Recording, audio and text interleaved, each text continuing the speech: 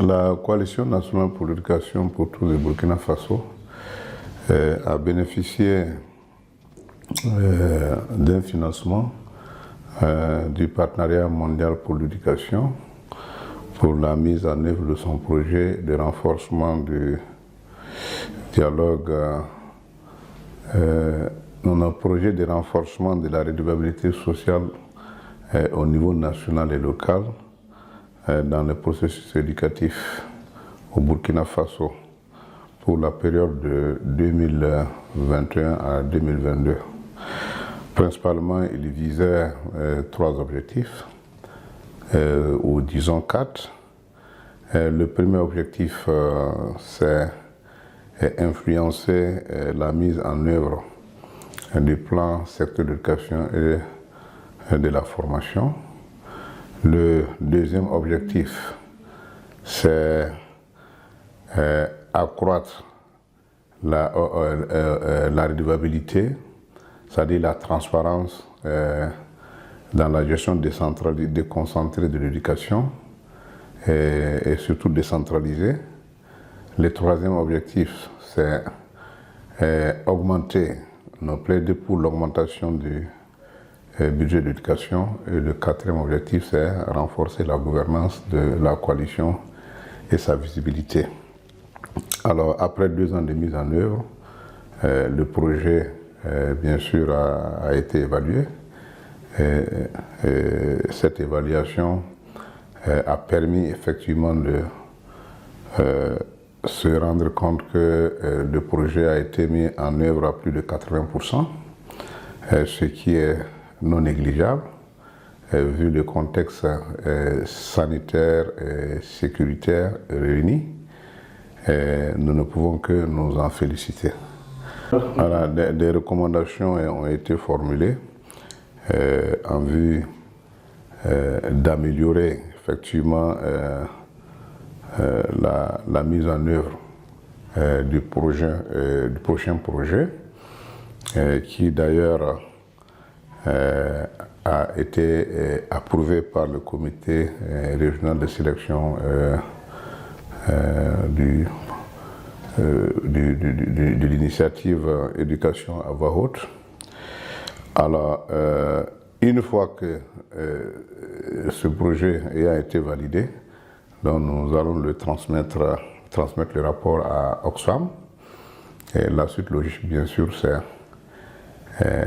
la mise en œuvre des recommandations qui ont été formulées à travers de nouveaux programmes. Voilà, donc il va débuter bientôt pour la période de 2022 à 2023.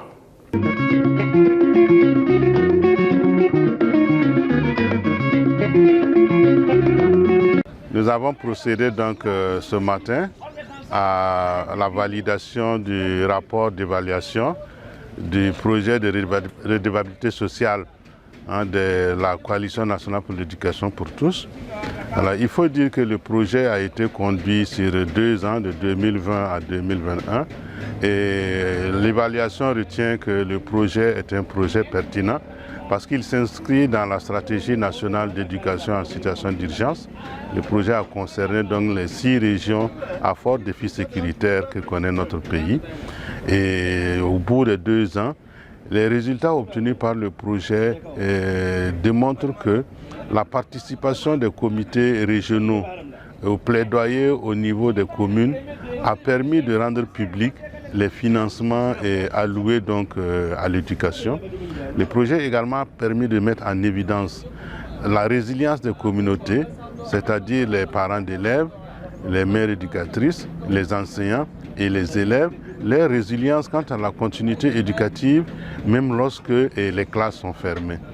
Il faut également relever que le projet, dans son plaidoyer, a permis le relèvement du budget alloué à l'éducation nationale, qui passe à hauteur de 7%, alors que la cible n'était que de 2%.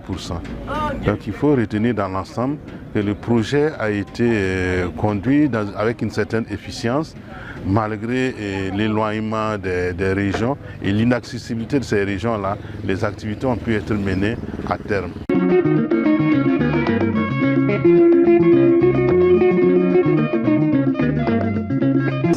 voudrais dire que nous avons de très bonnes relations avec la Coalition nationale pour l'éducation pour tous. Et il faut dire que nous saluons fortement la participation très active de la coalition au sein des clusters, des différents clusters, tant au niveau national qu'au niveau des différentes régions. Et comme vous le savez, le cluster, c'est vraiment l'organe de coordination des interventions en éducation en situation d'urgence dans notre pays. Donc en ce sens, en tout cas, nous encourageons, nous saluons et nous souhaitons vraiment que la coalition continue de nous accompagner dans ce sens par sa participation à travers ces structures qui sont des cadres de prise de décision pour l'éducation en situation d'urgence.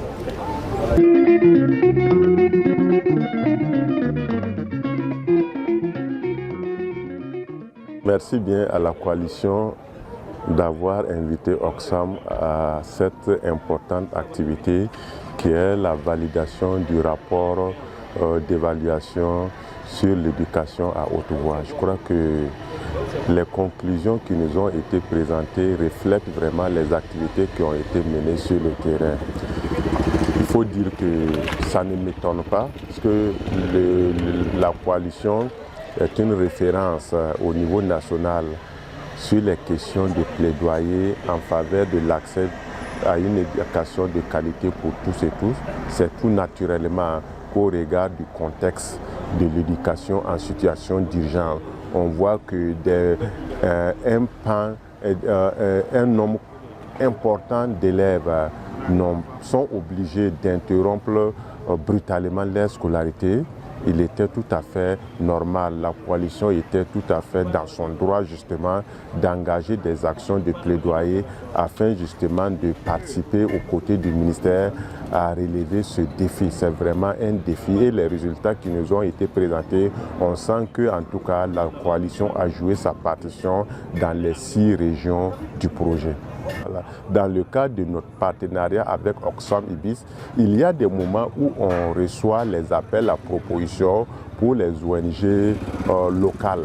Donc je crois que c'est une fierté particulière pour Oxfam d'avoir justement été un canal de mise en œuvre de ce projet. Je crois que on s'inscrit dans cette dynamique et je crois que les résultats de cette étude-là sera un support pour nous dans notre plaidoyer aussi à l'interne afin que les questions de l'éducation en situation d'urgence puissent être prises en compte dans le projet éducation.